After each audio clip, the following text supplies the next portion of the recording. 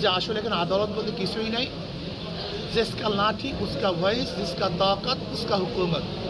এখানে যারা প্রেশার দিতে পারে তাদের পক্ষেই রায় আসে, আর যারা প্রেশার দেয় না তাদের পক্ষে রায় আসে। আমরা সিটি কর্পোরেশন নির্বাচনে অংশগ্রহণ করেছিলাম। যেহেতু তৎকালীন সময়ে যে নির্বাচন কমিশন ছিল তারা বলেছিলেন, আশ্বস্ত করেছিলেন নিরপেক্ষ গ্রহণযোগ্য নির্বাচন উপহার দিবে।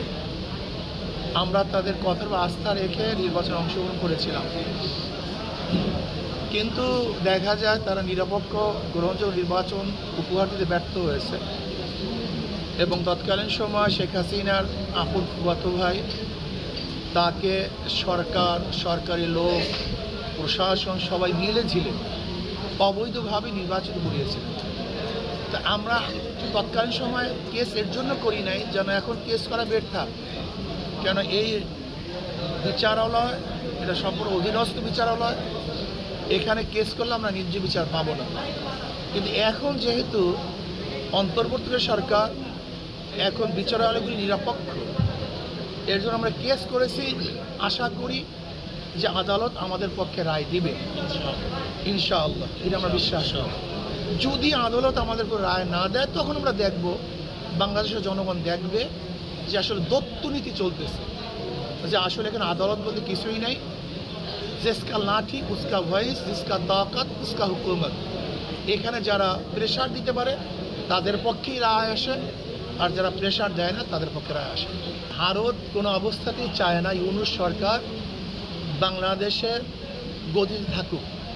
তাই ভারত সরকার কোনো অবস্থাতেই চায় না, সে মেনে নিতে পারে না। কেন ইউনূস সরকার কমপক্ষে ভারতের গোলামির থেকে আমাদেরকে মুক্তি করার চেষ্টা করতেছে, এবং ভারতের গোলামির থেকে বের হওয়ার হাজারো চেষ্টা তিনি চালাচ্ছেন। এইটা ভারত কোনো অবস্থাতেই সহ্য করতে পারছে না। এর জন্য আমাদের দেশের কিছু মানুষের উপরে সওয়ার হয়ে ক্ষমতার প্রলোভন দেখিয়ে তার ইউনূস সরকারকে পদত্যাগ করতে বাধ্য করতে চাইতেছে। কিন্তু এদেশের জনগণ অবশ্যই সচেতন, কোনো অবস্থাতেই এর ফাঁদে এদেশের জনগণ পা দিবে না।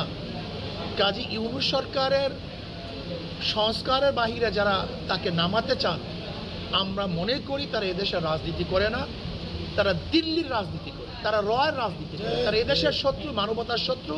যারাই বর্তমানে দিল্লির অনুযায়ী কথা বলে তারাই দিল্লির লোক। দিল্লি কি চায়? এখনই নির্বাচন দাও, এখনই নির্বাচন দাও। দিল্লি কি চায়? যে আমরা নতুন সরকারের সাথে হাতাহাত করবো, তাদের সাথে কথাবার্তা বলবো, তাদের সাথে আমরা কাজ করবো।